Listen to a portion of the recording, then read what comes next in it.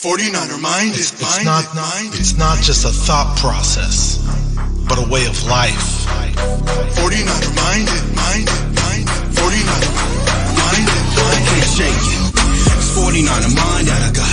It's 49er shine that I got. My psyche's on another Frisco Super Bowl. Don't sit slow, cause here we go with a super show. A red and gold session. About a red and gold obsession. With some well-controlled expressions. Let's talk about that win that we got. Who should have been in the spot? That's how it's been in the spot. Let's all that back, all that crack, all that straight fumble sack. Or just dial it on up if you wanna talk smack. It don't matter what the story on, as long as the story aligns with a 49er mind. 49er mind. It's not just a thought process, 49er mind, but a way of life. For sure. 49er mind. Way of life. 49er mind.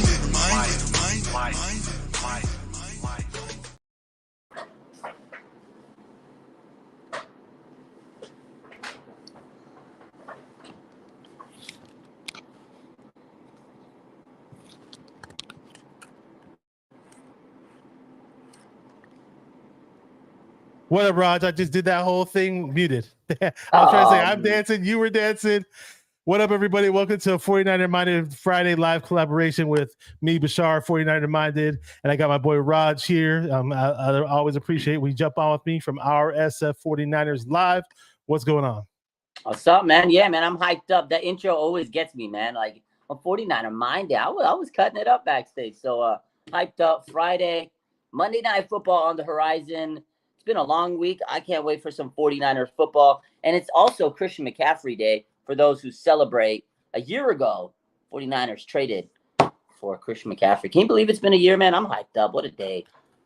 CMC in the place to be. That's right. We do have Christian McCaffrey. It's been a year. Shout out to S. I'm sure go for telling me my mic was muted. A little blooper for you guys to get some little comic relief out of the way. It's all good, but we are here. Basically saying we are here. We're live. That was what I said in the beginning. That you guys didn't hear it.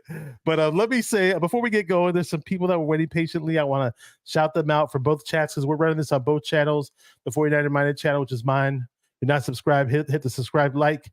If you're not subscribed to our SF 49ers Live, hit the description box of my video.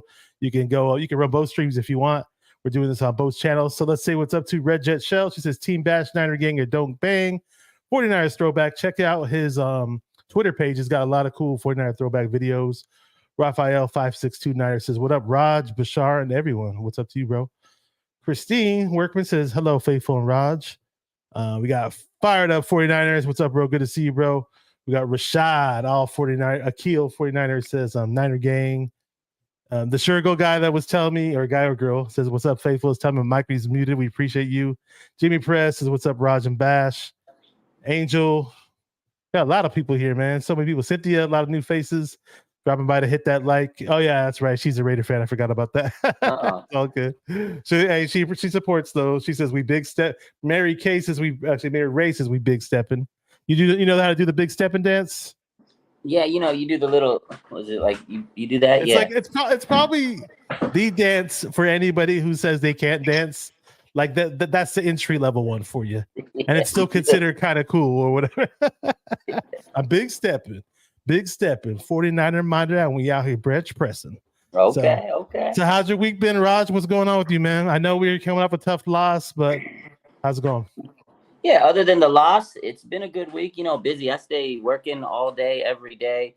Yeah, it's been a good week. I'm just ready for some football. They got an extra day, right? They don't play till Monday. So the week just feels like it's dragging. It feels extra long. Like the weekend's coming up, but we don't have any football on Saturday or Sunday for the 49ers. We got to wait till Monday night, and that Monday is going to drag on. So I'm hyped up, but at the same time, it's been a long week, and it just feels like it's been like 3 weeks since we played, especially since the Niners lost last time they played. So it's like you just want to get back on the field and bounce back. But, yeah, overall, I'm good, man. Yeah, I'm good, even though it was a tough loss. So we got Twin Empire here. Check out his YouTube channel. Says, what up, B? Renee Daytona's here. We got, who else? Yes, a few other people here. We appreciate all you guys. I went to the watch party for the Cleveland Browns game over in Sacramento with the 49ers Sacramento faithfuls. I'm wearing their bling. I had to come fitted because I'm on with you last week. You came on fitted, so I kind of got to match your energy a little bit. But it was a cool watch party. Shout out to Fetty Barrett and Barrett's. They performed at the halftime.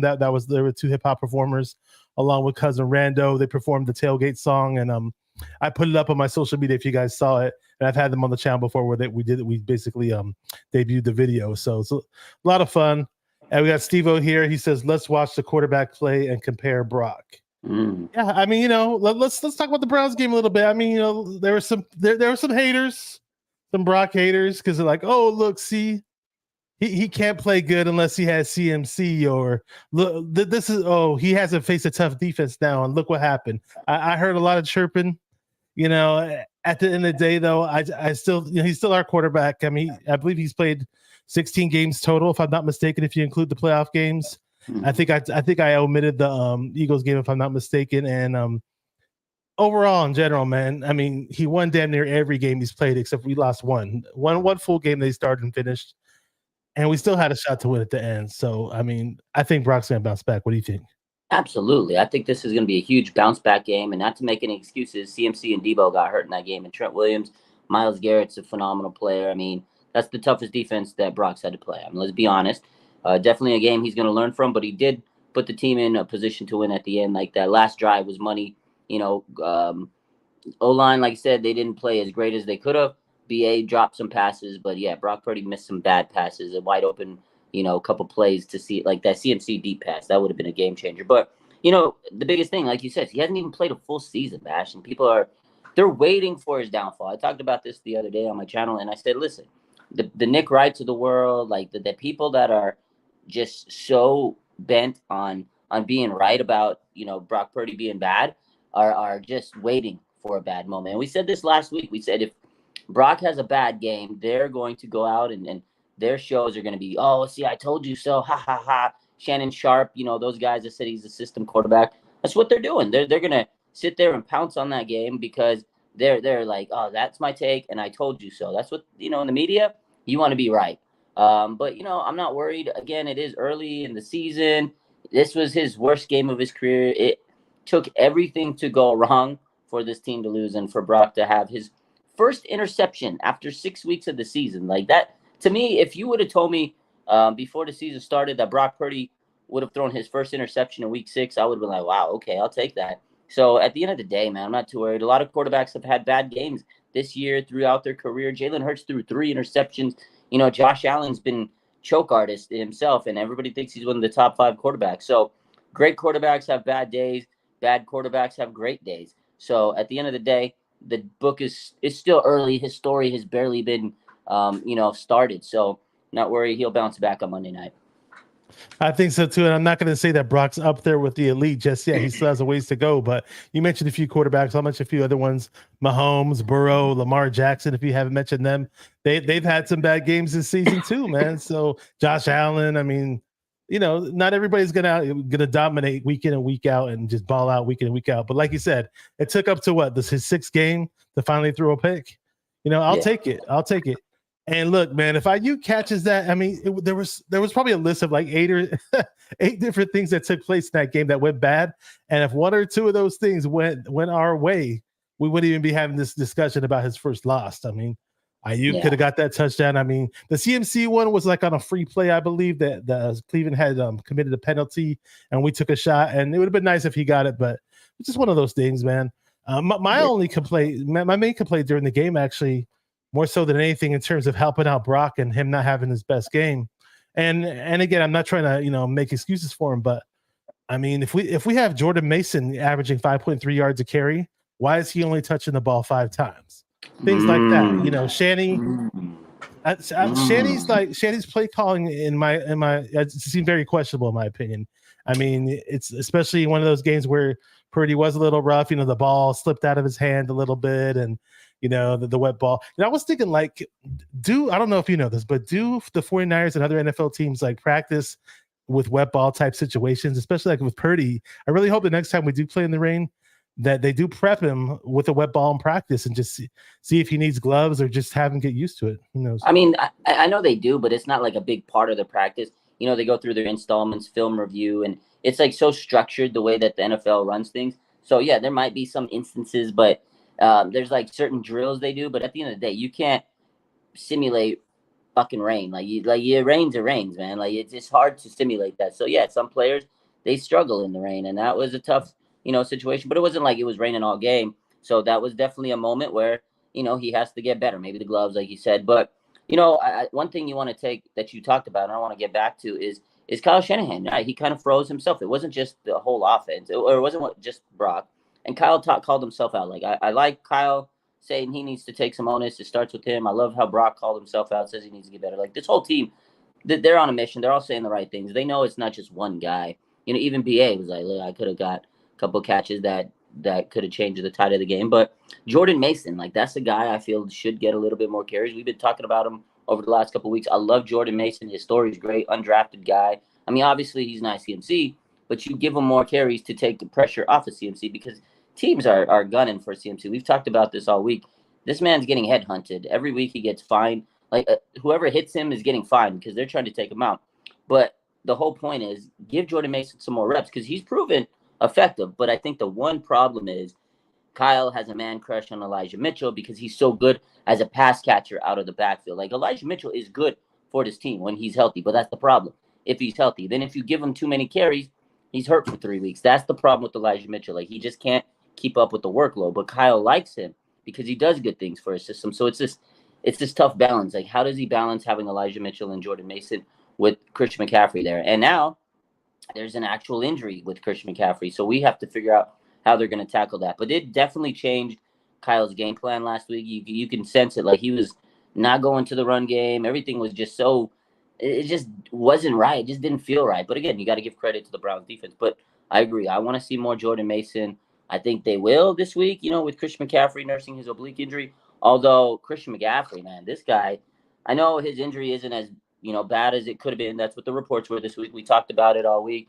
It's an oblique. It's not necessarily a rib fracture. So the x-rays were encouraging. We all know that. Today, Christian McCaffrey, man, this guy's built different. I say that a lot, but he really is. He told Kyle earlier in this week. So Nick Wagner tweets this out, and he says that he told Kyle, do not take anything out of the game plan that involves Christian McCaffrey. So prepare like he's going to play, even if he doesn't take a practice rep. So if Christian McCaffrey said, Kyle, I don't care if I practice or not, make sure the game plan has me heavily involved. Like this guy's on a mission. He's probably in a cryo chamber trying to get himself ready. But at the same time, I still want to make sure Kyle is prepared if CMC doesn't play. And that has to be a Jordan Mason, heavy workload too, or Elijah Mitchell. So, but Christian McCaffrey, I feel, is going to play. Like he's got that mentality, but at the same time, Kyle needs to prepare either way.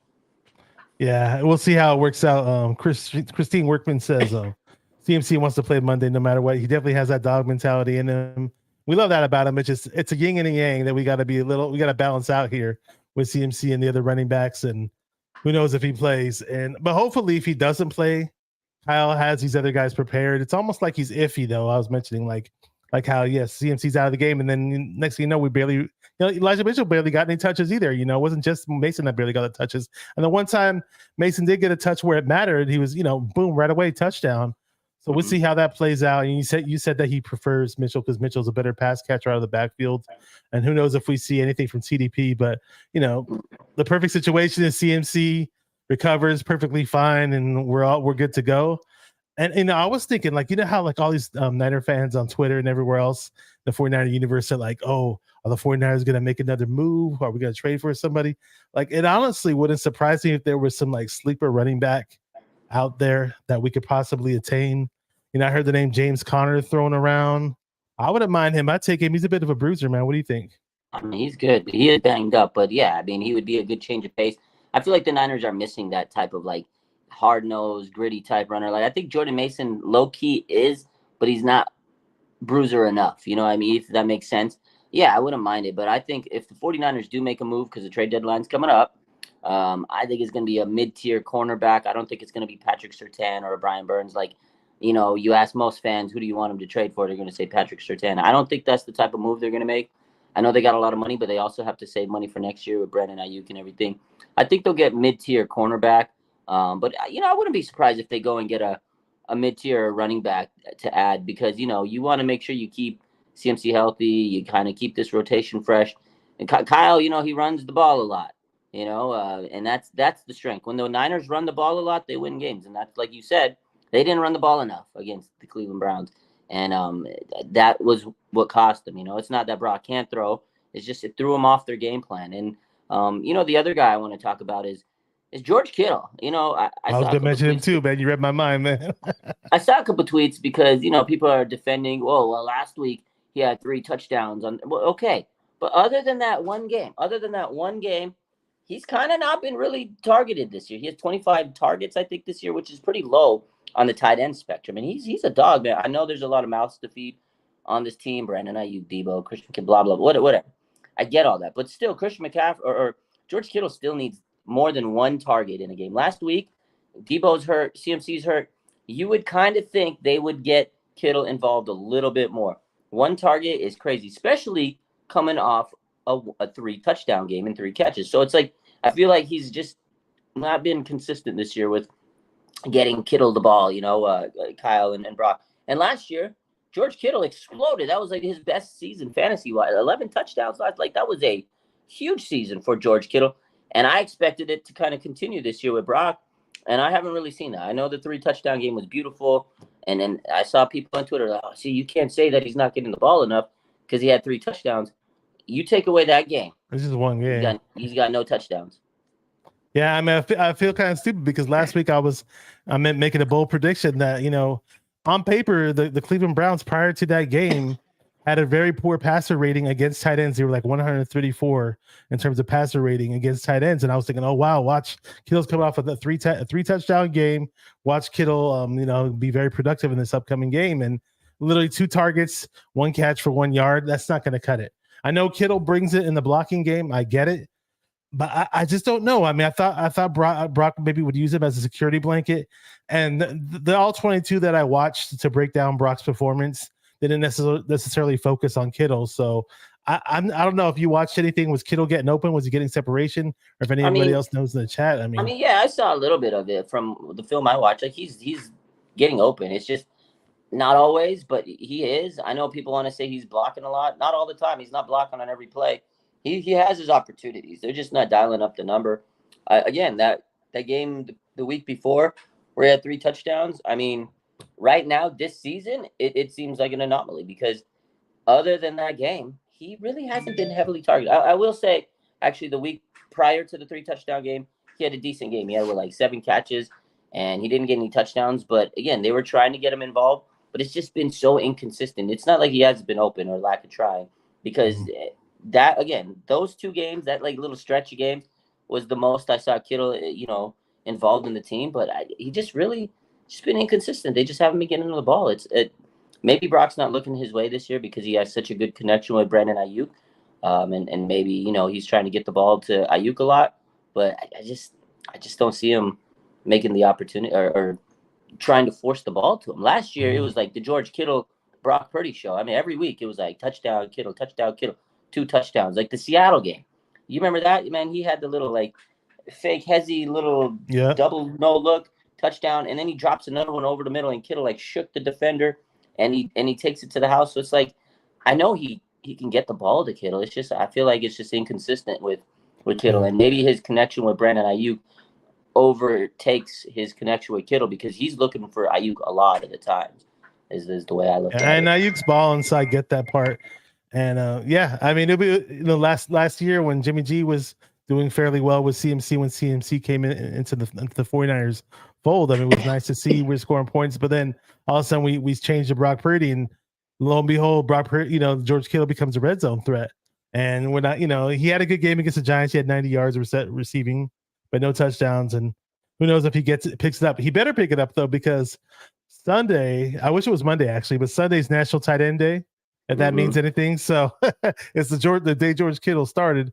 Let me say what's up to some people that just jumped in the chat when they were mentioning Patrick Surtain and a few other people. But Red Eye's here. What's up, Red Eye? He said he was talking about Raheem Mostert. Because Raheem Mostert has 11 touchdowns already. Oh wait, oh well, damn. But I had a bad feeling when he left, he was going to excel on the Fins, right? The Dolphins are just an offensive powerhouse. And people are talking about Patrick Surtain.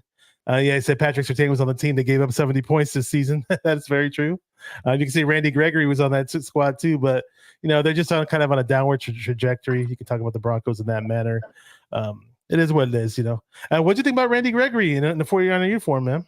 Yeah, I just saw you mention I just heard you mention his name, and he had a nice debut. What do you got? Like 12 snaps, and the guy played better than anybody on defense on this team. Like honestly, he was like the impact player on defense. I mean, Fred Warner, obviously, is Fred Warner. He had an interception. He played great.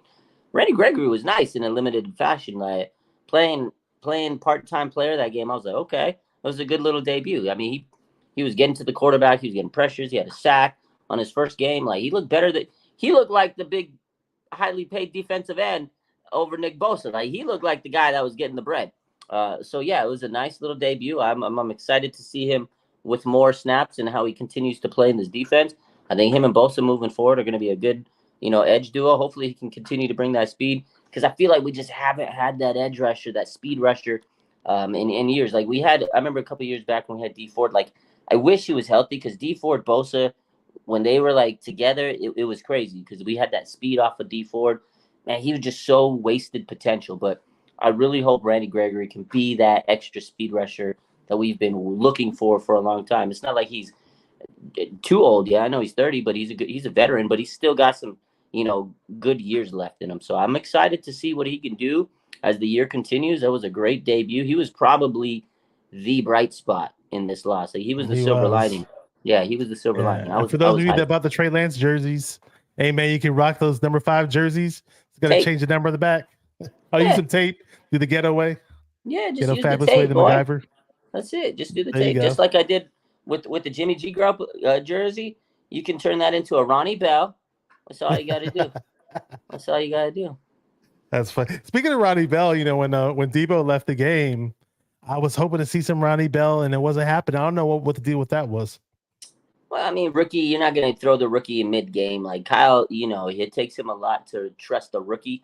They get a few opportunities. You got to make the most of them. I think that he will get some more opportunities, as the season goes on. But rookies, they got a lot to prove in Kyle's eyes. But yeah, maybe if Debo isn't able to go this week, or he's going to be limited, maybe this week they'll game plan a little bit more to add Ronnie Bell into the playbook, because he just hasn't been there since that week 2 when he had to step in for Brandon Ayuk, when he went off. So I feel like he will get some opportunities down the line eventually, but Kyle's tough on rookies, man. He's not going to just throw you every, oh, he's hurt, let's go, Ronnie Bell. He's not that guy. He's going to let other people. He gave Ray McLeod the opportunity because he's the veteran.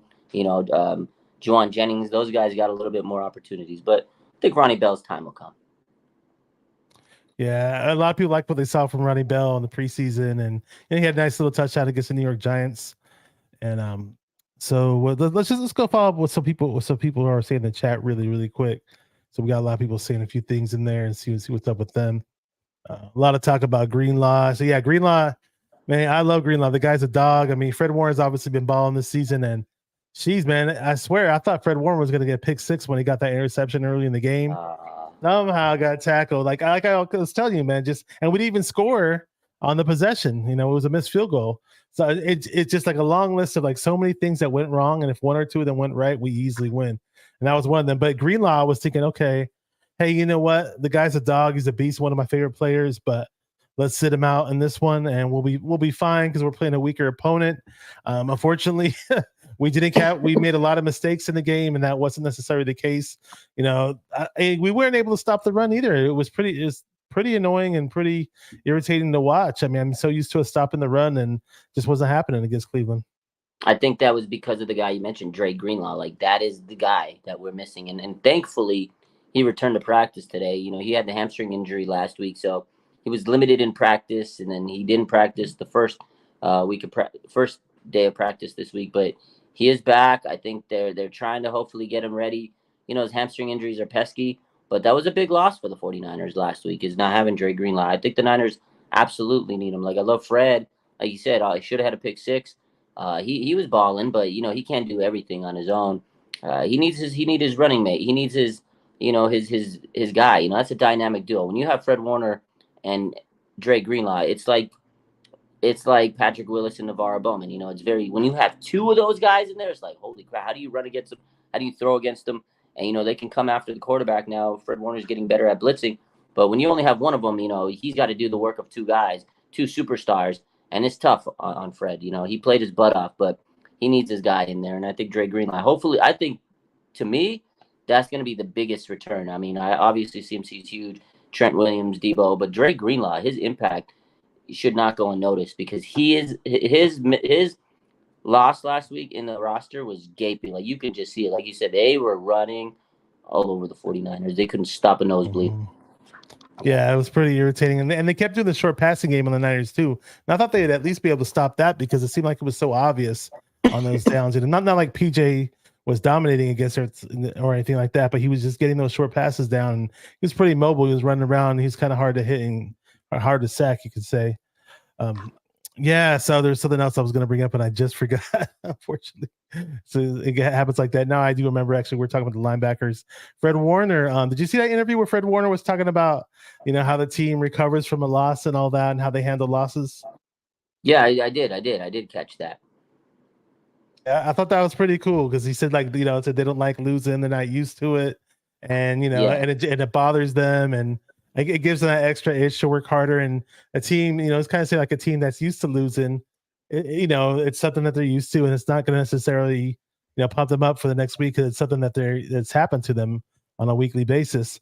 Randy Daytona's here. He's talking about the pass rusher. He's saying Ebukam and Omenihu would demand too much money and didn't produce enough. Okay, so yeah, he's talking about Samson Ebukam and Charles Omenihu. I believe that one other guy is available too. Jordan Willis. Isn't Jordan Willis still available? I keep hearing people throwing that name out to try to bring him back. And I know we do actually produce pressures. I mean, I can go through the statistic on that really quick.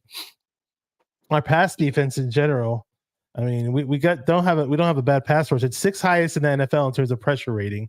40.5. They're getting there. They're just not finishing the job. It's just like they just can't close out. And then and again, that's what I said with like Gregory is they need that speed off the edge, and I think that's what they're missing. Like they're getting there, but they're just not closing the deal. So something's got to change. I think Randy Gregory is going to be a nice addition, but I don't know. I feel like eventually those pressures will turn into sacks.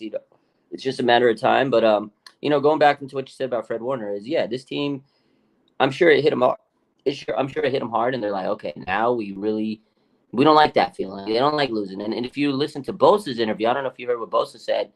He says that he forgot what it was like to lose. They hadn't lost in so many. Like, I don't think the last time they lost before this game in the regular season was October 22nd of 2022. It was almost a year from the time they lost. And Bosa's like, I forgot like the routine. I forgot what we got to do. We got these meetings. I was dreading it. Because I literally forgot what the routine was after a loss. So I'm sure these guys are like sick and tired of what they had to do this week. I'm sure Kyle was pissy at him. I'm sure he was calling him out, tells you need to do better, study this film. Like I'm sure it wasn't fun, but like you said, when you're losing all the time, it's like it becomes second nature. Like, okay, here we go again. Like it's your job. Like, okay, we lost the game. Here's the routine, rinse, lather, repeat. When you don't lose after a while, it's like, oh, I don't like this. Let's go back to winning. So I'm pretty sure these guys are motivated to bounce back from that loss. Yeah, good to that you mentioned the Nick Bosa thing. I didn't know that he mentioned that at all. I didn't get to catch that interview.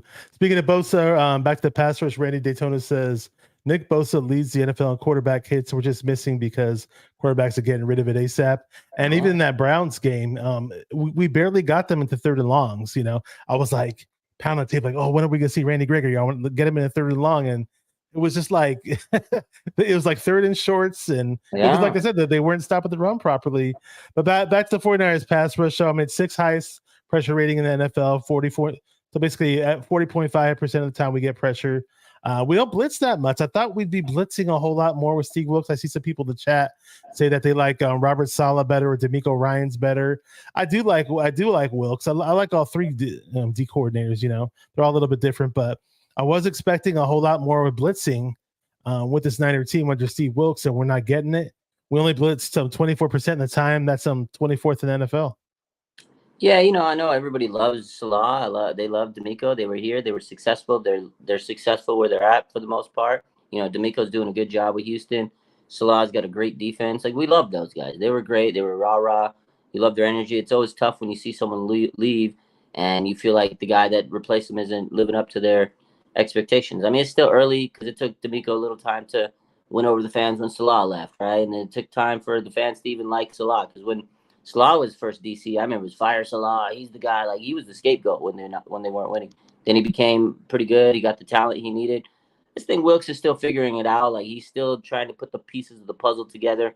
But you're right. I did expect a little bit more aggressive blitzing, but I mean he's a DB guy, so I think he's just trying to figure how this whole defense works. Again, like I don't think he has ever had a player like Nick Bosa on his defenses, Fred Warner, guys like these. These are like Hall of Fame caliber type players. I don't think he's ever had players like this on his team. So I think he'll figure it out. The defense is still good. They're still one of the top ranked defenses in the league.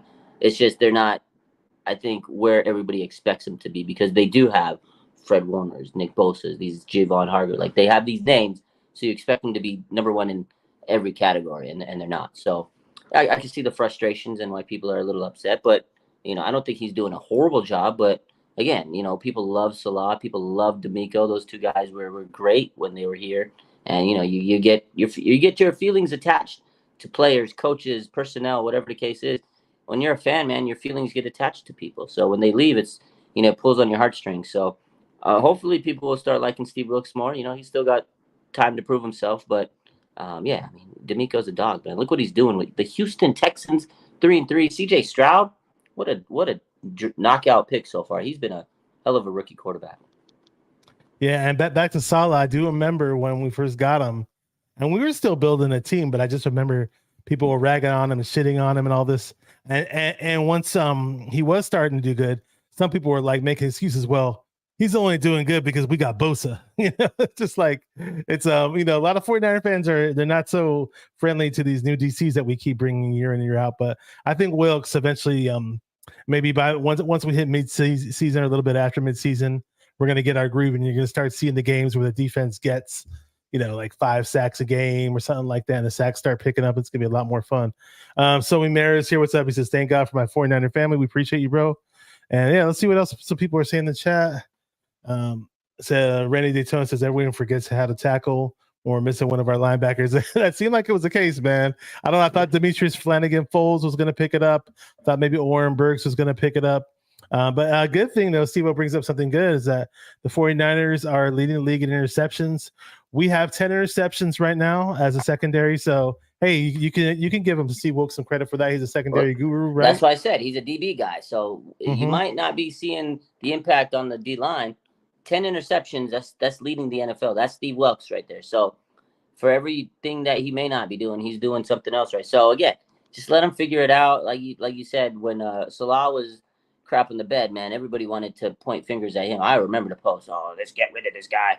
And now people, they miss him, especially this weekend when the Jets salvaged the weekend when they beat the Eagles. Every Niner fan was thanking Robert Salah. I think I posted, thank you, Robert Salah. I saw a lot of other people posting, thank you, Robert Salah, for the Jets beating the Eagles. So, yeah, give him some time. It's only 6 weeks that have been played in the NFL. Week 7 is coming up. I think, the jury's still out on Steve Wilkes. Yeah, I think so too, And some people were like, oh, get him out of the booth, get him on the sidelines. And I just think have him where he's comfortable is basically how I want it, Yeah, that's where he likes to be. Yeah. Exactly. You can't tell him to change his ways. That's what he's doing. That's what he's doing. He's been doing that for years. It is what it is. He's not the thing is, he is not Robert Salah. He is not D'Amico Ryans. He's not those guys. I think people just need to get over it. He's Steve Wilkes, ladies and gentlemen. He's not D'Amico Ryans. He's not Robert Salah. So I think we'll be fine. Yeah. Want to give a big shout out to a big Instagram guy. His name's his Instagram name is 49ers Playlist. I was putting up cool little videos with 49er hip hop songs and making little graphics. That's David Sousa right here. Had a pleasure of meeting him at one of the 49er picnics in Sacramento, or my 49er Sacramento faithful bling right here. Somebody sent me in the chat, so I look like Flavor Flav, but just supporting my guys over here in Sacramento who put together the watch parties, the 49er fan events, and just happy Faithful Friday. So we appreciate that. And Yeah, I mean, let's if is there anything else you want to cover before we talk about the Vikings? Or? No, let's get into the Vikings game because I feel like that obviously we're talking about the Vikings. That's the game we want to hit up. Yeah, I'll let you lead off. Yeah, let's do this. Before I do that, we're gonna hear from Big City Man in the chat. It says, if you could only have one guy on Monday, would it be Debo, CMC, or Trent? Oh, that's a really good question, man. Hey, coming up with the hard questions. I don't know if I have an answer for that one just yet. Let's just say this, though. I'll say this. I am a trenches guy. So I'm gonna have to go with Trent Williams on this one. Yeah, I did play O-line, so if I gotta rank him, I'm gonna go Trent. Oh man, it's so hard. I know people are gonna say, "Oh, CMC obviously over Debo." Debo is so important for Kyle's system. Like you saw the moment he left, it fell apart for Kyle. He uses Debo in a lot of like just for setting up plays, motion. But I will say Trent because we need him because the Vikings got the leading edge, like their edge rusher has the most sacks in the NFL. 8 sacks. Danielle Hunter. Yeah, Danielle Hunter. He has 8 sacks in the NFL. We need Trent Williams. I don't want to see Brock Purdy on his back. I don't want to see 10 sacks from Hunter, this and that. I need Trent Williams in there because I can't see Jalen. I do not need to see Jalen Moore and Colton McKivitz. I don't need to see that. So Trent Williams, I'll give it to CMC because we see how important he is since he's been on the offense. Like this offense went from, average 30 points basically every week. Like we saw all the stats. You guys saw the stats CMC's put up. You saw the post today. It's been a year since he was traded to the Niners. Like he's made this offense so crazy. So I got to give it to CMC. But Debo being 3, it's not any slight to him. He's still very important for this team. But if I got to rank him, Trent, CMC, Debo. That's a tough question, man. We'd love to have all 3 of them play. I mean, Debo, he's a trendsetter when he's out in the field, man. It just like he just gets those nice little yak plays and it gets everybody all pumped up and gets the ball moving downfield in quick fashion. And CMC, amazing running back, amazing receiver out of the backfield. And Trent Williams, you mentioned Danielle Hunter playing. Yeah, I don't know about Jalen Moore going up against Danielle Hunter. That's not necessarily something I want to see. Not what I want to see. We got G-Rod in the chat. He's saying everyone is going to have their own opinions on DC. Very true. A lot of people have their preferences. I'm not so picky. I'll be honest. I like all 3 of them. I think Wilkes is going to make his mark as a 49er DC, and next, the year after next year, who knows? He'll probably get some head coaching offers for all I know. Love to have him stick around though. I'm tired of these guys leaving us. I hope he becomes a head coach because then we can get some more comp picks. That's the Niners strategy, bro. They get them comp picks. They get them biracial coaches and they make them a coach and then they fucking get. That's what they do, bro. They're ahead of the game. Maybe they can make you the DC one of these days, man. Listen, go make me a head coach somewhere. I'll take the bag, and you can get comp picks out of me because I'm Indian, right? So Mike McDaniel, bro, looks whiter than you, Bash, and he's half black. And they got comp picks out of Mike McDaniel, bro. Like, they know the system to the T. These guys are crazy. The Niners are crazy the way they do it. They're smart. Chess, not checkers. It's just too funny, man. We keep getting those comp picks. I ain't gonna complain. We got some more comments. Just want to say, shout some more people out. We got the cool name says, "Hey Peter Parker." What up, Raj? Late to the party. And just let everybody know we're running this stream on 2 channels. So majority of people are watching Raj's channel, but hit up the 49er Minded YouTube channel, which is my channel. There's 2 chat rooms going. If you have a device where you can run both streams, feel free to, but hit the like and subscribe on both channels. If you're not on Raj's channel, hit up RSF 49ers Live. I got the link to that channel in the description box of this video. If you're not on his Instagram, hit up RSF 49ers on Instagram and on Twitter. You can always find me easily on social media, 49er Minded. Very easy. We got Throwback. What's Throwback saying? Throwback saying, hey, 49er Minded reached 3 million subscribers, followers on IG. I don't know about that, man. I don't know who you're talking about.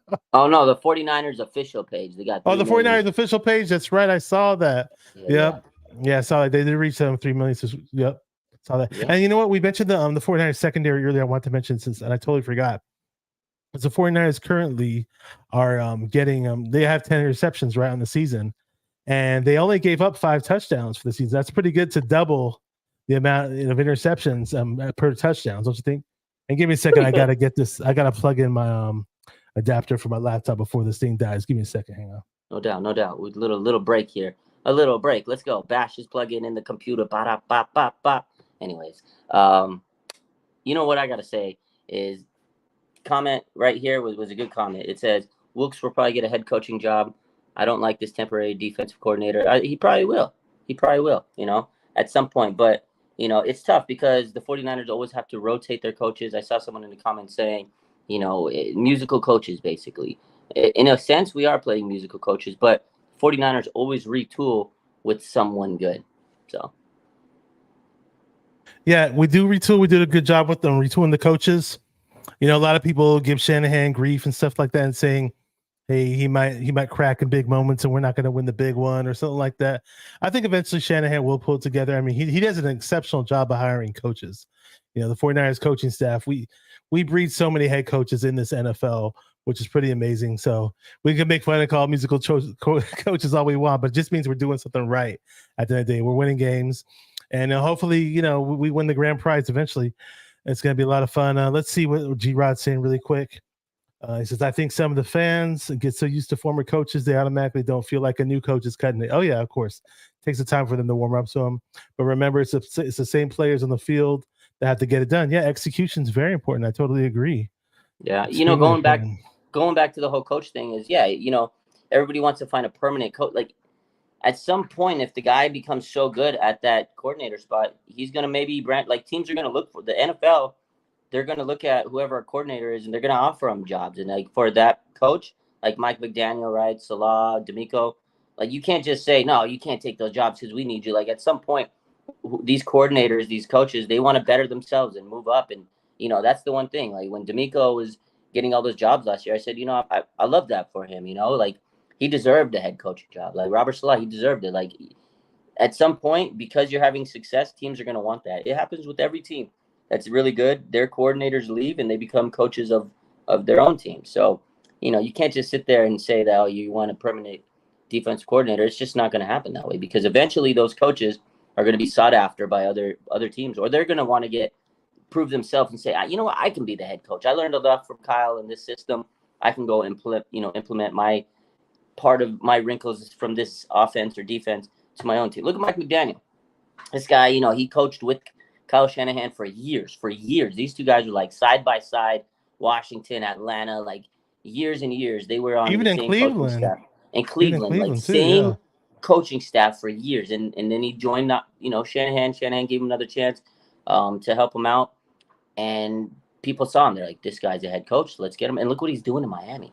It's a very similar concept of Kyle Shanahan's, but it's another layer. And he's got track speed. I'm sure he's like always thought about, man, if I get the fastest guys in the NFL and run this scheme, I'm gonna blow people away. And he's doing it. So like, you can't hold these guys back forever. So. And those people that do step into the coaching ranks, it's their lifelong dream to be an NFL head coach. And on top of that, the whole payday involved with it. And Randy Daytona was saying, find a guy that you can just pay, give him a permanent DC and give him a big time contract. I mean, who was the one guy that we were trying to get? Fangio. And it would be cool to have Fangio, but I know Fangio likes to switch things up to a 3-4 defense.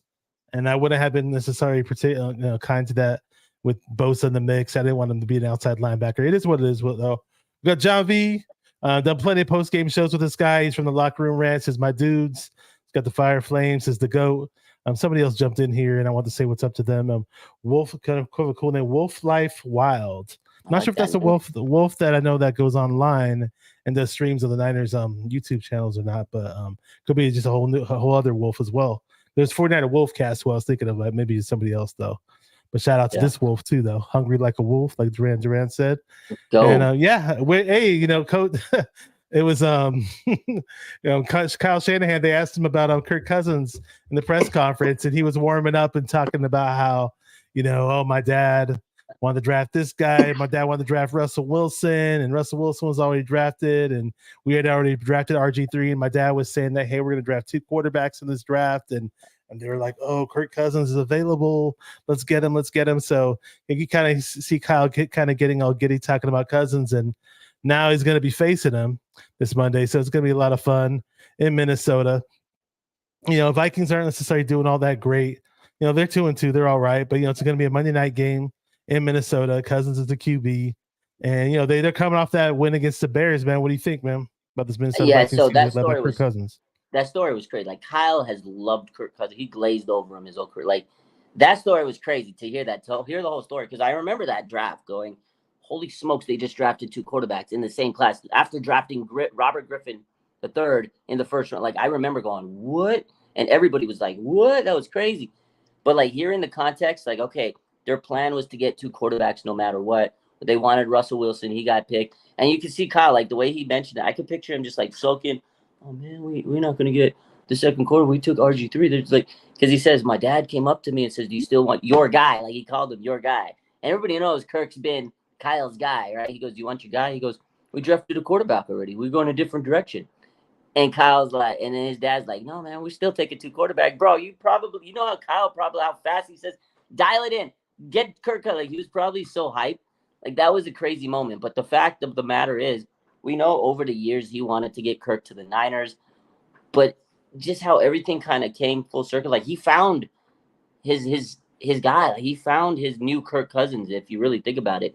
Like, Brock Purdy is his new, in my eyes, like, that's his Kirk Cousins. Because if you really think about it, he low-key did the same thing with the Niners. Like, he had Trey Lance, right? Jimmy didn't work out. They knew they were going to get a quarterback. They went and got Trey. Wasn't feeling it. You know, something was up. The injury. And both quarterbacks got hurt. Both quarterbacks got hurt. And in that draft, he still went and got a quarterback that year after. The year after, he went and got the quarterback. So he's, you know, Kyle does this. But it was a crazy story. I'm excited for it. If you break down the numbers, you know, Minnesota's defense is 23rd in the league in points given up, 17th in pass defense, 18th in run defense. So this is a game where I feel like they could make a bounce back situation. I will be right back, actually. Bash, I'm going to leave you on that. I got to do a couple things real quick. Sure, that's cool. I'm going to leave for like 2 minutes. I'll be right back. That's all good. It's all good. I'll catch up with some people in the chat. So for some clarification, because I saw that name Wolf in the chat, and I wasn't sure if that was somebody I knew. But he did say he is the guy who's been on the channel. He runs a YouTube channel of his own. It's called he said, yep, this is Wolf, Niner Gang Wolfcast. Okay, good to see you, bro. He's really, really good, actually. He doesn't stream too much, so he's been busy with his job, but good to have you, dude. And yeah, I mean, we're all excited about this upcoming game against the Vikings. You know, I love the night games. I think the night games, evening games in the NFL are the funnest thing for me. I mean, I hate the morning games, you know, those, especially those ones on the East Coast, or we're in the Midwest, the East Coast time zone against the Browns. I just hate I'm not an early riser, you know, I'm a night owl. So I'm all, you know, and plus our record on Monday night is just impeccable. I believe we have the most wins in Monday night history, if I'm not mistaken. And we can add to that. So it should be a lot of fun. And yeah, just the glitz and glamour under the bright lights in the night. It just makes football a whole lot more fun for me. I just feel like the 49ers play a lot better in that scenario, in that environment. So it should be a lot of fun. And let me see what else. If you guys got any more questions in the chat, we can cover them really, really quick. And we'll see some people up here. So I'll recognize this person. I believe you're from the RSF 49ers channel. Welcome. Now, Raj will be back in a minute. He's taking a break. But he says, do you guys think Purdy's going to bounce back from that bad game? I mentioned this earlier. And 999, welcome to the show. If you're not subscribed to my channel, hit the like and subscribe, and definitely hit the like button on Raj's channel as well if you haven't already. It's Raj's, and for those of you that don't, Raj had to set up a whole new YouTube channel. So if you were subscribed to his old channel, subscribe to the new channel. I put it in the description box of this video. It's RSF 49ers Live. And yeah, so let me answer this question really quick here. He was saying that was the most terrible Brock Purdy of all season. Yeah. Do I think he's going to bounce back? Okay, and just for clarification, if you read the top of the screen, it says 49er Minded. Just type in 49er Minded on YouTube. It's very easy to find. That's my channel, bro. And yeah, so does Brock Purdy bounce back? I do. I believe Brock Purdy's played, including the playoff games that he won. We're not going to count the Eagles game, right? The Eagles game is a throwaway game. He didn't, you know, he's in there and then he played like a series or so and then messed up his arm. I think Purdy bounces back. I mean, I believe it's 16 games that he played total, if I'm not mistaken. If you're going to take one bad game out of all those games that he played, you know, and he's only thrown an interception, and it took him until week 6 to throw an interception. And, you know, in the Cowboys game, he looked like an MVP quarterback. In the Cardinals game, he looked pretty damn good too. In the Cardinals game, he had some nice deep shots down the field, right? I mean, I was a pretty doubter so to speak, because he had that injury, the UCL injury against the Eagles, and I wasn't sure if he was going to bounce back and be the same guy. And then I kind of wanted to see Trey Lance in the mix and see if they could have a competition. We all know that didn't happen. Kyle, but at the end of the day, Kyle gave everybody a notion that he found his guy. I just wasn't 100% sure if he was, but from week one, honestly, all it took was week one for me to say Purdy's not only the guy that he was last year, even though he's coming back for that injury. The injury has not slowed Purdy down. So right away, Purdy won me over because I knew he wasn't slowed down. I could already tell. And in week 1, week 2, week 3, week 4, I could tell that Purdy's even better than the guy he was last year. At least that's what I think. And we saw in the Dallas game, honestly, in that Dallas game, Purdy looked like a top 10 quarterback. He really did to me. So sure, he had a bad game after the Cowboy game, but definitely think Purdy bounces back in this game. I really do. Purdy's exceptional at handling the blitz. He doesn't have the strongest arm. He's not the biggest, strongest quarterback, but the timing's there. For the way he runs the West Coast offense is like perfect for Shanahan, everything. And people will say, oh, system quarterback this, system quarterback that. I think Purdy can do well in multiple offenses. I really do. Sure. I mean, an offense that necessarily calls for him to throw the ball, to chuck the ball 60 yards down the field, every other series or so, which doesn't really exist in today's NFL. But obviously he wouldn't be able to do that. But I love it when Purdy handles the blitz so well. And the interesting thing about this coming game, welcome back, Raj. In this game, man, the Vikings defense blitzes more than any other team in the NFL. They blitz 57% of the time. And like you mentioned, they have Danielle Hunter, the number 1 sack leader. So the next highest is 41% in the league, and the team that blitzes the most. So what do you think, man? They're asking if Purdy's going to bounce back. And I mentioned, he handles the blitz well, and we're basically a team that blitzes more than anybody. So it's going to be pretty interesting. Yeah, I think that Brock Purdy's going to bounce back. Obviously, worst game of his career. After 16 games in the NFL, he finally had a bad game. Oh, wow. But I think this is a week where he bounced back. Again, we said the rankings of the Vikings defense. I feel like this is a good enough, a defense where it's not too strong. And I feel like this is a primetime game, a big moment, a big spotlight. I think this is where Brock's going to show people like, look, man, bad week last week, but I'm going to learn from it. That's what we want to see. We want to see Brock Purdy be able to bounce back from a tough game. And, I like how he's been this week with the media. He was on the Rich Eisen show, and they did ask him. They said, people are calling you a system quarterback. They're calling you, a product of Shanahan. And, I love how he says, honestly, he goes, I don't care. He goes, people are going to say what because he knows people are going to talk, whether he believes it or not, whether people, study watch the film or their narratives aren't as lazy like that, just to say, oh, he's just a quarterback. It's such a lazy narrative. Brock says, I don't care, because at the end of the season, we'll see what's up. We'll see what the real deal is. Like, he knows he's got to go out there and play, regardless if he wins, regardless if he plays good. There's always going to be people that are going to find a way to hate him, right? Nick Wright. Even if Brock Purdy goes out and has a great game, he'll find an excuse. Oh, well, so and so was this and that and this and the other. No, it was the Vikings. So Brock knows it doesn't matter. Media is going to say what they got to say every week. I love that answer from him. And he also says, look, my job is to help win games.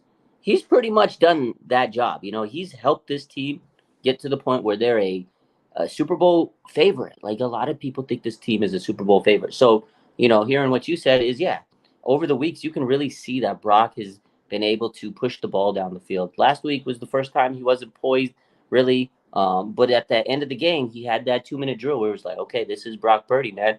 He responded after a poor performance in that game, and he put him in position to win.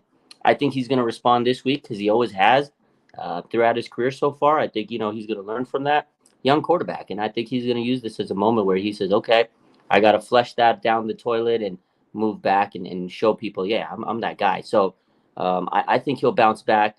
You did mention the Vikings blitz a lot. I know the Giants, they blitzed pretty heavily a couple weeks ago, and he was able to get rid of that ball quick. So, yeah, it's going to be a test for him. I know their defense isn't great. Statistically, they do put a lot of pressure on quarterbacks. So this will be a big test. And if Brock Purdy can come out on Monday Night Football, deliver 3 touchdowns, and, stymie the blitz, then, hey, the narrative is going to go back to, oh, wow, Brock Purdy's that guy. And back in the MVP runnings. Yeah, I think so. I think he's going to do it. We got a Perdvert in the chat. His name is Perdvert. And so he says he's a pervert also. We get it, man. We got you, bro. I love it. I love it. So G-Rod's saying, keep in mind that even the best veteran quarterbacks have had bad games in their careers. They're all human. They aren't going to play perfect. Yeah, we were mentioning the top NFL quarterbacks this year. A good portion of those guys have had bad games this season. You know, you can name any top quarterback you want with the biggest name, and they're just not, you know, you're not going to always have that week that you're going to ball out, you know. But again, you know, you tally up all the games that Purdy's played. For the most part, he's looked pretty damn good in my opinion. So 999 says, man, I just hope Purdy balls out. I like the potential he has. I do too. You know, when you see him in those interviews, man, I'm just so impressed though, honestly. Like he's so humble. He's all about the team. He's totally team first. And you know, not everybody's religious. I get that, but I do connect with him on that level in terms of spirituality, and you know, he uses that to humble him. He uses that to just say, you know, hey, you know, we're all going for one goal, and he just has a great team first mentality. Susan D says, "Welcome to the show." She says, "Do you think Philly fans are freaking out about Hurts the way people are about Purdy? He had a terrible game too. He threw like 3 picks, right?" I don't know if they're freaking out too much. But I don't know if this big city man's a Philly fan though. He's saying, you know, I did see some. I did see some like comments on Eagles pages. Those fans were so sick last week because they were talking mess. Like if you saw the comments right when the Niners lost, oh, they were attacking Niners. Oh, yo, so Purdy, blah blah blah. Purdy's terrible. And then 3 hours later, like the SpongeBob meme. They were getting a dose of their own messages. I think 3 hours later, they were they were hating so bad. And then a couple hours later, it was crickets. It was crickets, and they were like, I saw some comments under a certain post where Eagles fans were like, Jalen Hurts, he's figured it out. He's starting to get washed. Like, so there are some fans in every fan base that are gonna be like, you know, Mr. Toxicity. But the funniest one was this, you know, Eagles fan page, right? Page like mine is a pretty big Twitter. And he went LOL 49ers or something. It was LOL Niners. The moment, you know, he tweets that out, it goes viral for, you know, Eagles Twitter. And, you know, they're laughing. They're having a good, laugh at the Niners' expense. A couple hours later, Eagles lose. We all, under his post, we ratioed it, or some people were quote tweeting, LOL Eagles. Dude, the whole post, I think my comment got more engagement than his initial tweet because everybody was coming under the comments going like, you idiots, roast them, cook them. Eagles fans gotta learn. Can't be talking trash until your game is over. And look, I'd love to play the Eagles again. I'm just saying with the healthy Purdy. I know. I can't wait. I could not wait. What were you gonna say, bro? Man. Was that? What were you about to say? My bad. Oh no. I just said I can't wait till that week 13. But you can't overlook these games. These games like Minnesota, we can't overlook them. Niners have to stay locked in, stay focused. They got to win this game because at the end of the season, it's all about having more wins than the Eagles, more wins than the Lions. And it starts this Sunday. Hey, there's 3 teams that are 5-1 right now. And the Niners need to continue to keep building those wins. And this is a big game for the 49ers. Although I know it's, you know, some people are saying it's not a tough opponent. The Eagles aren't that good. They get into close matchups. Last year, they were a winning team because they won those close matchups, like 1 to 3 point games. They were winning them. This year, those 1 to 3 point games, they're losing them. So the 49ers and not the Eagles, but the Vikings, it could be a close game. Now, in order to make sure that you win this game, got to get the turnovers. You got to get pressure on Kirk Cousins. We all know Kirk Cousins isn't a primetime quarterback. He struggles in prime time. So if you can make Kirk Cousins look like Kirk Cousins in prime time, I think the Niners got this one in the bag. Yeah, good point right there. There's one thing that Kirk Cousins does do well, you could say. He does lead the NFL, and we're talking about quarterbacks against the blitz and all that. He's got 7 touchdowns versus the blitz, and which is tops in the NFL. So he's sneaky good in that regard. He's not going to have his receiver Jefferson though. That's a huge loss for them. They do have T.J. Hawkinson, who's their tight end. He had the most. That's who they were targeting the most last week against the Bears. He had 50 yards, and T.J. Hawkinson came out of Iowa, and Kittle came out of there. Those Iowa tight ends, and they thought he was kind of going to be a Kittle coming out, but not necessarily. There's only one Kittle. But I mean, he's good, but he's not Kittle, but he's a good tight end. He got paid pretty good. He got the extension. Well, he did. Yeah. This could be. I think they'll be one of those jersey swap moments between Kittle and Hawkinson's after the game. They're Iowa guys, so they love each other. But yeah, I think this is going to be tough for the Vikings. They don't have, Justin Jefferson, but you can't count. I mean, last week we sat here and the Browns didn't have Nick Chubb. They didn't have Yep. Deshaun Watson. They still were able to win. So it's any Yep. given Sunday. NFL talent. Justin Jefferson's out. He's got a hamstring. His hamstring is hamstrung. He's on the injured reserve right now. So We lot have of our people. injuries too. So We got ours. A lot of people are speculating this might be Justin Jefferson and Kirk Cousins. They may never play again anymore. Like, who knows? Because one of them might get traded. Kirk Cousins might get traded by the trade deadline. He's got a lot of money to get an extension next year. They might want to walk their way out of it. Justin Jefferson's coming up on a big contract, so who knows what's going to happen. But 49ers, they also have their own injuries. So, again, hopefully Debo plays, hopefully Trent plays, hopefully CMC plays. And if they don't, it's going to be a tougher game without those three players on the 49ers and Drake Greenlaw, right? Exactly, So yeah. Hopefully about at least half those guys play. We got to shout this guy out. He's got a cool YouTube channel. Welcome to the Terror Dome, as Public Enemy once said back in the day. Really, really cool guy. I was talking about the spirituality of Brock Purdy, and this guy was really, really high on Brock Purdy in the offseason, and he connects with Brock Purdy very much. I believe he's a preacher, and he says Kirk Cousins is janky after 4 p.m. Eastern. Hopefully that repeats itself. Yeah, he is not for prime time. I think his record on prime time is like 1-10 in prime time. Yeah, that's bad. That's bad. You like that? You like that? And then we had another one time he was like, "How you like me now?" Yeah. My favorite Kirk Cousins moment was when Richard Sherman picked him off and he goes to the camera. He's like, "You like that? You like that?" When Richard Sherman picked him off when he was on the Niners. I love Sherman on TV, by the way, man. I think he is my favorite analyst on TV, especially when he goes at Skip. He's so good. He's good. I loved him on the Niners, but yeah, he's so good on TV now. Yeah, I love him. I need to meet that guy. He's so cool. I probably had a chance to meet him because I was on the field after the Thursday night football game, and I didn't see him walking around there, but I would have had probably had a chance to meet him if I got down there sooner. I think John V, the guy who comes out on my post game shows, was at the Browns game. I know he lives in Cleveland. He lives in Ohio, not Cleveland, but he did say this. He said the Browns game should have woke this team up, and I think they have 0 points. They leave 0 points on the table and all of them on the scoreboard, thanks to Cleveland. Yeah, hopefully that game woke them up. It wasn't pretty, it wasn't fun. If you were at the game, it just sucks that you had to witness that in person. It is what it is. Every now and then those games do come up, man. Yeah, you're not gonna win them all. You're not gonna win them all, yeah. So go ahead. Oh no, go ahead. I know. I was gonna say it's funny because people were speculating like, after this season, Kirk Cousins is going to lead the Vikings or something. And, maybe he'll finally go to the 49ers. But I don't think that's going to play out like that. I think the 49ers did find their guy in Purdy. And hopefully he proves everybody wrong if there are still people that do doubt him, so to speak. I mean, sure, there's people that doubt him. And, yeah, I'm sure there's still people that think Kirk Cousins will come to the Niners, especially if Purdy doesn't, if he continues this downward trend. Like, if he continues to have bad game after bad game, people are going to say, oh, look, Kyle's going to get Kirk. I don't think so because, A, the contract.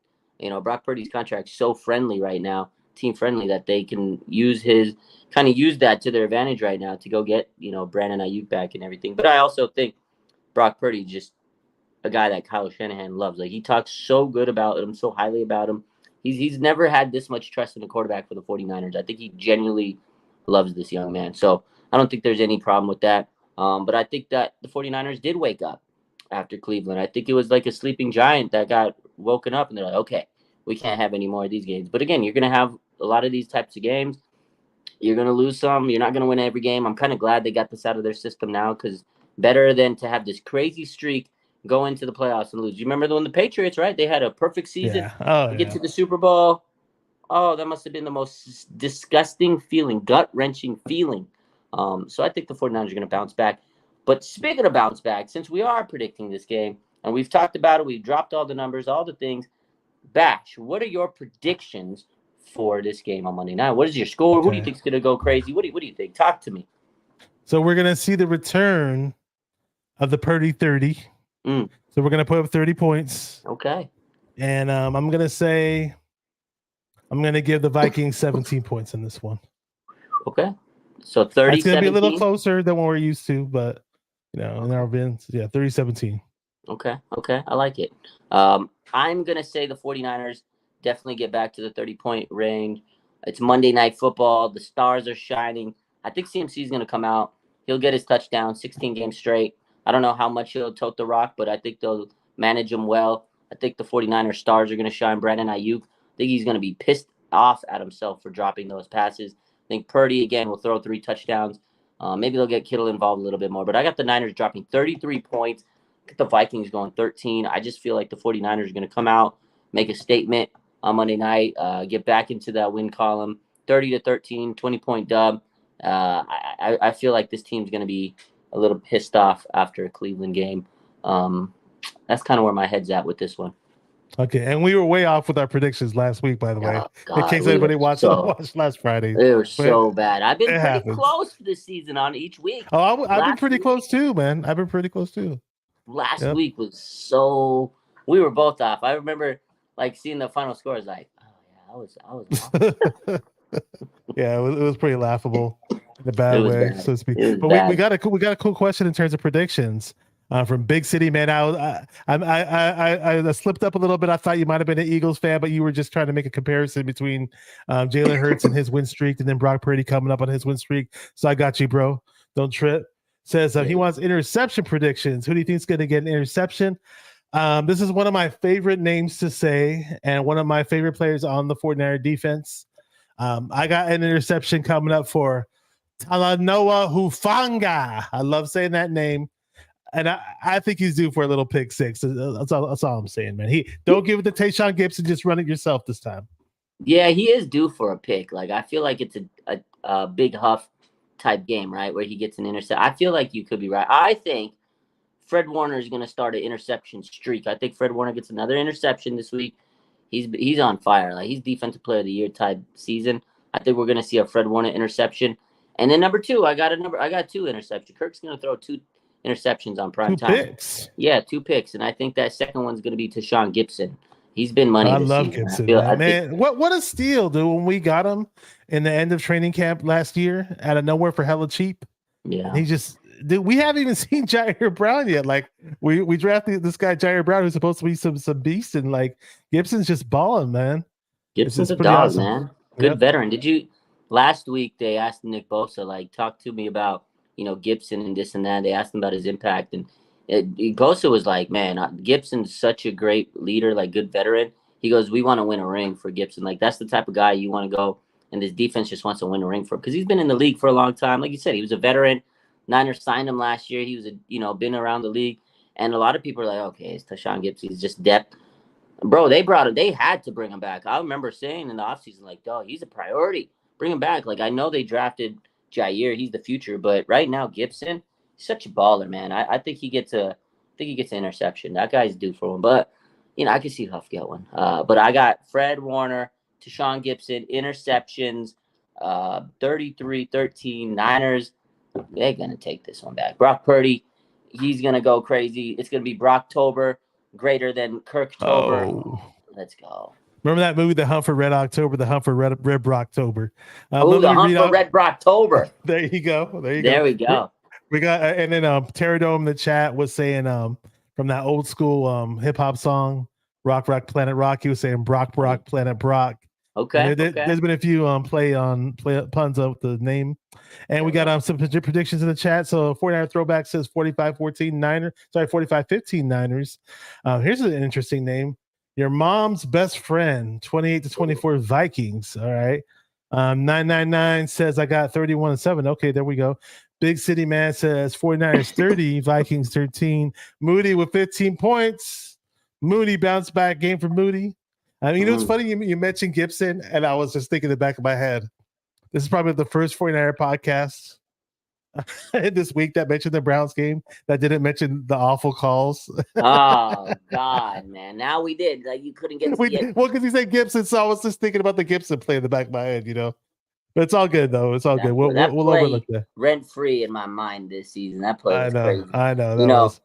There's a good question. There's a good comment here by Pterodome. He says Bosa will play solid, but Darisaw, the left tackle for Minnesota, he's ranked number 1 in PFF in the NFL. So, but Nick Bosa is also he's the number 1 ranked defensive end, and Darisaw is the number 1 ranked left tackle. So this is gonna be a PFF battle, PFF war. If you love PFF, so those stat nerds are gonna be, Darisaw, Bosa, they're gonna be so happy. But yeah, that's gonna be a matchup for sure. on that. I gotta on look that, up my PFF stats. Just kidding.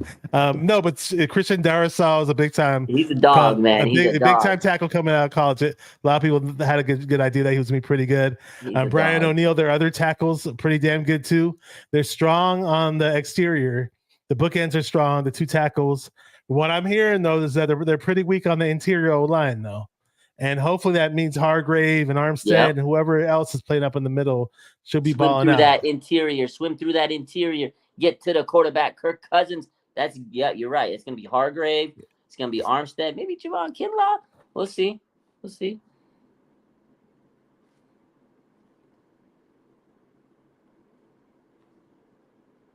Bash, you muted.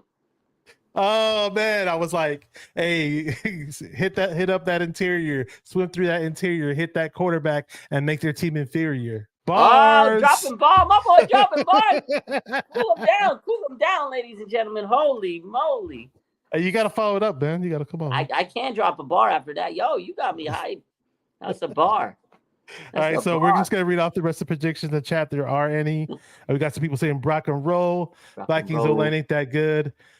What else up? Oh, yeah. Let me mention DeJuan Jones really quick. I've been mentioning this dude, how I want him in Niner uniform. Wasn't he playing pretty damn good against Bosa? And would it be nice to have drafted this guy? He had Bosa in Tupperware. He said, that's funny. Yeah, he was good, dude. Bosa hasn't been Bosa this season. I mean, Bosa's been okay. He's good, but it's not the Bosa we know. He ain't Nick Bosa. He's playing like Rick Bosa. That's what it looks like. Say it ain't Sosa. Actually, whenever I used to go to A's games back in the day, this one old man, anytime Sammy Sosa played against the A's, this one old man sitting behind me used to always say it ain't Sosa. So when he said Rick Bosa, it just reminded me of that. Oh, that's funny. Terradosa's got bars like a candy store. Hey. Yeah, it's gonna be a lot of fun. Don't want to be on here forever. Any other predictions you want to talk about? So we got the interception, we got the score. I said 30-17. What was yours again? 33-13. 33-13. I'm saying Hufanga with an interception, and you were saying Fred Warner. Fred Warner should have got a pick six on that one interception. I thought he had a pick six, but it is what it is. I think he'll get a pick, and Tashawn Gibson will get a pick. Those two guys will get a pick. I think Brock Purdy goes for 3 tutties on this game. I hope so. That'll be a lot of fun. It's a lot of fun when Brock's on point, and for the most part, he's been on point in most of the games he played. So it shouldn't. So it wouldn't surprise me at all if we see that Brock this Monday. I really want. We got Niner Sickness Podcast. Beto in the chat says, hello, guys. Just stop by to say hi. Hit that like button. Hit the like button on both channels. The 49er Minded YouTube channel, which is my channel. Roger's channel was RSF 49ers Live. It's in the description box of this video. You might be subscribed to his old channel, but this is his new channel. Subscribe to the channel. Hit the like button on the live stream. And Terradome, you're right. He says, the deal with DeJuan Jones. We told him, I hate to be the guy. It wasn't just us, though. It was a few other people on Twitter in the Niner universe that were wanting him too. Ryan Hensley was another one I remember. G-Rod says Bosa's always double team now and non-effective. So we got to find a way to shake that up. Randy Gregory in the mix. That number 5 jersey. Hopefully that does help speed up this pass rush, pick things up. Maybe I want at least a damn 3. At least a stack of Rooney. I need at least a stack of Rooney.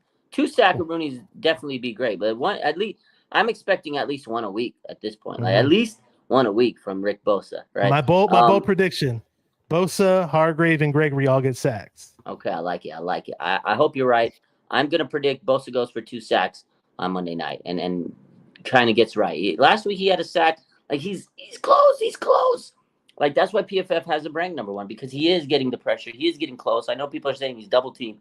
But it doesn't matter. Like he's supposed to be the guy, the dog, the number 1 paid defensive player in the NFL. Like he needs to finish that job. He needs to get to the quarterback. And I think he gets 2 this week. I will also say this. The last thing I'll say is I feel like the 49ers, because this week they're going to be aggressive. They're going to want to score touchdowns. They don't want to get to a point where they got to rely on Jake Moody. It's not because Kyle doesn't trust Jake. I don't think they want him in a back-to-back weeks pressure cooker situation. I think they need this kid to, continue to learn from last week. Mentally, I think he's still shook. I think Kyle's going to do everything he can to make sure this team is putting the ball in the end zone. And that's what this team needs. They can't put any more pressure right now on Moody. His mind is fragile right now.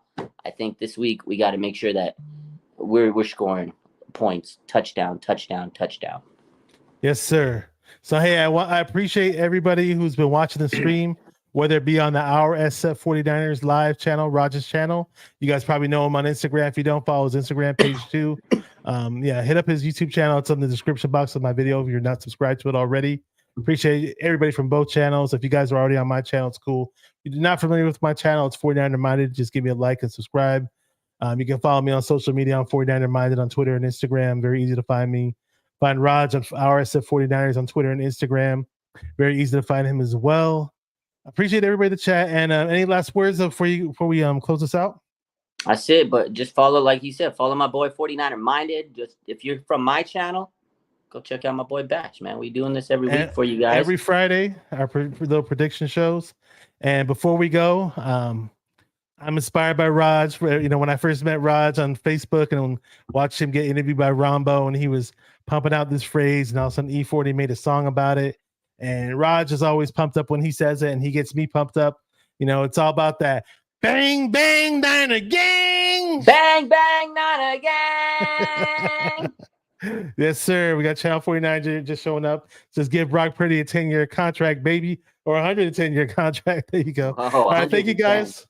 Appreciate everybody watching on both channels, both streams. Keep repping. Thank you guys for watching 49er Minded, where we get into the minds of 49er fans. Keep repping those 49ers and stay 49er minded. Peace. Let's beat the Vikings on Monday night. Let's go, Niner gang.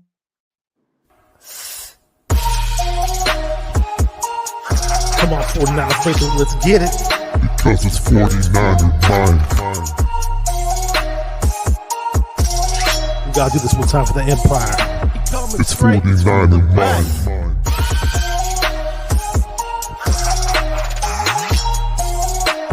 It's 49er mind.